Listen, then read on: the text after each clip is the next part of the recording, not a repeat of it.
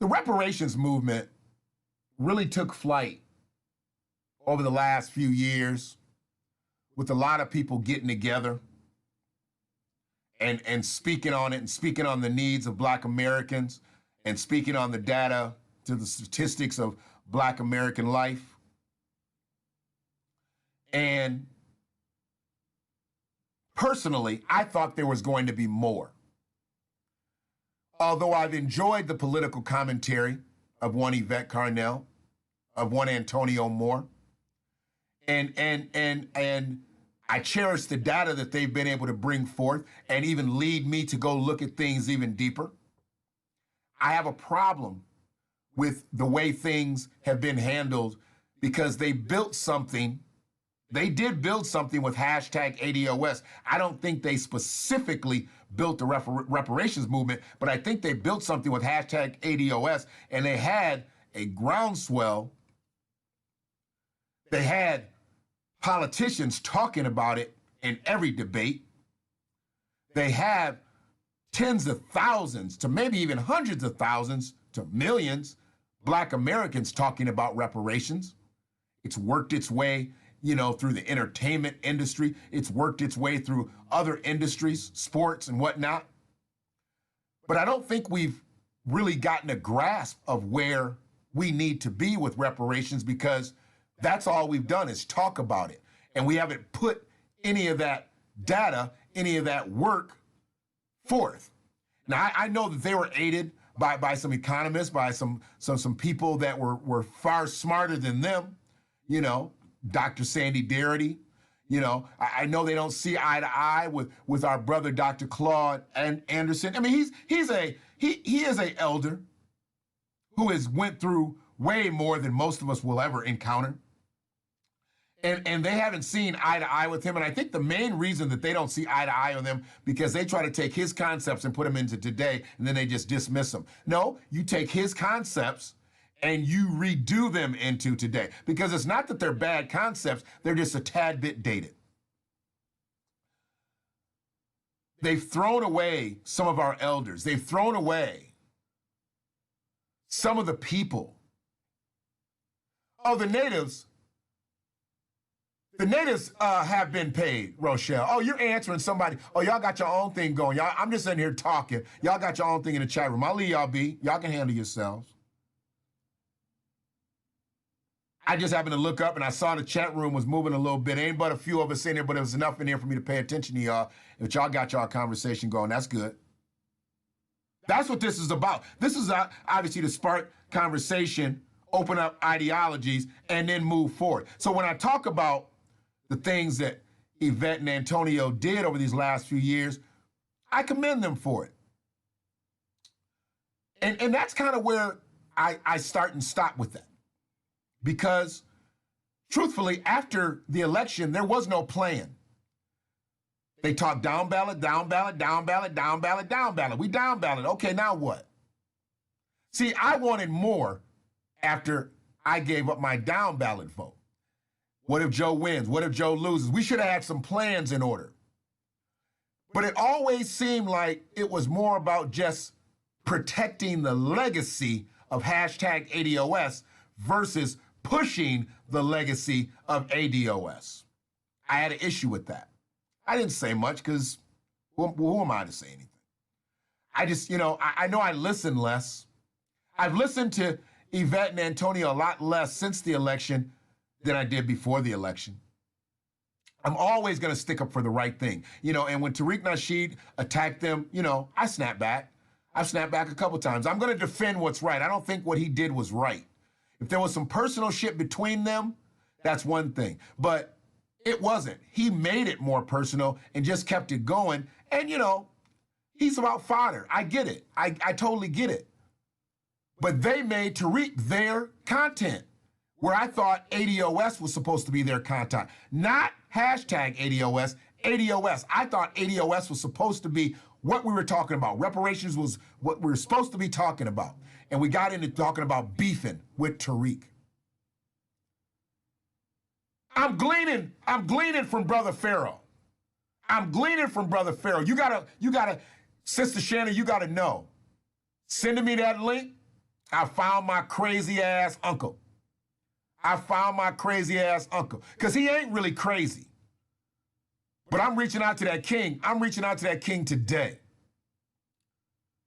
And now he done took them videos down. I don't know if you done clicked on him today. He done took that video down. Took both them videos down. That's okay, though. Because I caught both of them. All 6 hours of it. I ain't had no music on in 2 days. 3 days. It'd be 3 days. Because I was listening to Brother Pharaoh. And it got to be just so much not about reparations that I started to wonder, like, where are we going with this? Ethics Radio, I appreciate your support, always. Flat Out dropped a hammer. He dropped 2 hammers. He dropped 2 hammers. And I didn't get into this to hear people go back and beef with one another. I didn't get into this for fodder. I can find fodder anywhere on the internet. Hell, I can produce that type of content if that's what I want to do, but that's not what I want to do. I want to make a difference out in this motherfucker. I want to be a part of it. No, I'm not running for no goddamn office. But I know enough to know that we can't do this just by talking. By just getting on the microphone, we can't do this. We got to do more. They didn't do more. And with more videos talking about entertainers and athletes and politicians, not about reparations, it got me less interested. So in turn, Sister Shanna being, I believe, the individual, not only who brought Brother Pharaoh to me, but I believe you brought BTP to me. And I've been listening to them for the last couple months. So I'm an alpha male. I mean, I have no problem with saying I'm an alpha male. I know I'm an alpha male. I get in too much goddamn trouble. I know I'm an alpha male. So I fucks with alpha males. And I know when I'm fucking with alpha males and I'm comfortable. And then I know when I'm fucking with a beta male. I don't get uncomfortable, but I can make a beta male uncomfortable. He didn't get rid of him, he just privatized him. Hit him up, he might send you the link. He privatized them, though. But yeah, I'll make a beta male uncomfortable as a motherfucker. Because I'm not gonna talk that hoe shit. I'm not gonna be on no hoe shit. Because I ain't no hoe. See, they want people to be marginal out here. They want people to be timid. They want people to be weak. And when I say people, I'm talking about black men. And the last thing that a black man can be out here in these times is feeble and timid, AKA milquetoast. But we got a lot of that out here.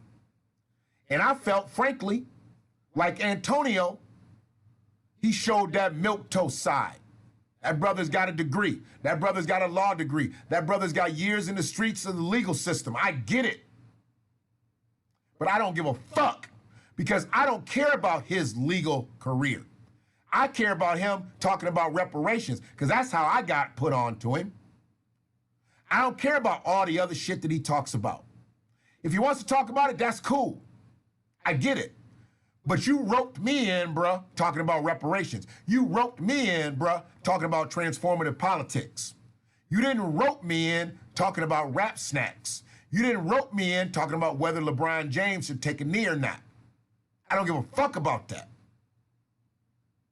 I started watching Yvette when she was with Iron Man because I started watching Iron Man from another person talk to me about Iron Man. And then Yvette came across. And I started watching her clips. And it was talking all that, good shit. Talking that shit I really needed to hear at the time of my life that I needed to hear it in. But then they got to talking about all the other shit that we didn't need to hear. That wasn't gonna do us no good. And I'm like, what the fuck are we doing here? Because as it got closer to the election, it was just about down ballot, down ballot, down ballot, down ballot. And I got all kind of shit that I could talk about. Because I reached out to them. I reached out to them months ago. I reached out to them when I first made the ADOS shirts before they made ADOS shirts. I made ADOS shirts before the first ADOS conference and reached out to them, and they never reached back. Offered to bring shirts to the conference because they didn't have shit. At first, they didn't have nothing. So me being me, I offered it up to them. I wasn't trying to make money off the movement. I was trying to put money into the movement. You're welcome. She has a wealth of knowledge. She a little messy, but she got a wealth of knowledge. She's smart as fuck. She a little messy, but she got a wealth of knowledge. I don't mind bringing people to what I believe is right.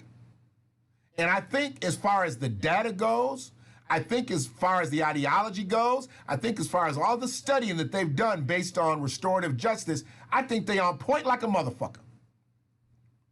I think they on point like a motherfucker. But when you get into beefing and you get into having to talk about somebody every one of your telecasts, I'm like, oh, here we go again. When we gonna get to the reparation part? What was that song? When we gonna get to the good part? Get on to the good part. We need to get to the good part. We got to get to the good part. And the good part is the reparations discussion. We don't need to talk about all that other stuff all the time. And then when they beefing with Tariq, we don't need to have that come across in your content for an hour. Your show is 2 hours long. You talk about Tariq for an hour, then you take calls about Tariq. Come on now. You just wasted 2 hours of my time. Where's the reparations talk? I need to talk reparations. She stayed on focus like a motherfucker. She stayed on focus. And I didn't listen to the second half either. Because here's the thing. The way I looked at it, she got just as messy of a chat room as Tariq do. So if somebody was going to bring in what was going on, I didn't want to be a part of that. And then who knew what people was going to talk about? I didn't want to hear a whole bunch of redundancy about today. We already know Joe ain't gonna do nothing for us the first 100 days. He ain't gonna do nothing for us. We already know this. He already told us this. He ain't gonna do shit. He gonna fuck with the LGBTQIAP. He gonna fuck with the immigrants. He got something to do with Paris. He got something to do with the WHO. He got some things to do. First, he need to get a night's sleep, because if Joe don't get a good night's sleep tonight, he ain't gonna be worth a damn tomorrow on his first day on the job. He need to get a good night's sleep, because Joe tired. Joe's sleepy right now. I bet you Joe is asleep inside that damn car. He nodding off right now. They probably shooting some ginseng in him. They got to get him up. They probably shooting some ginseng in him. They got somebody in there rubbing Jill's feet, because Jill's feet's hurting too. Jill's feet was hurting. Yeah, you first lady now, Jill. You ain't just walking around no third grade classroom. You first lady. You got a lot of walking to do. You better get you some Air Maxes. Don't get you no Chucks like Kamala. Don't get you no Chucks, Jill. Okay? You'll be walking with a cane in a minute. Trying to tell you. She needs some Clarks.